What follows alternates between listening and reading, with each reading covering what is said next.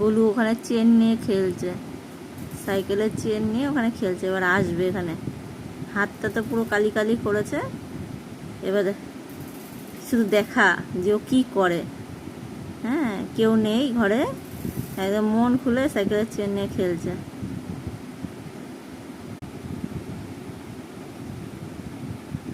মন ভরে খেলছে। কেউ বলবে সাইকেলটা সাইকেল গায়ে পড়বে, এদিকে আয়। তোর হাতটা দেখি, হাতটা দেখি, হাতটা দেখি। এটা কি, এটা কি করে এনেছো? দেখো ওই হাত দেখি, ওই হাত দেখি।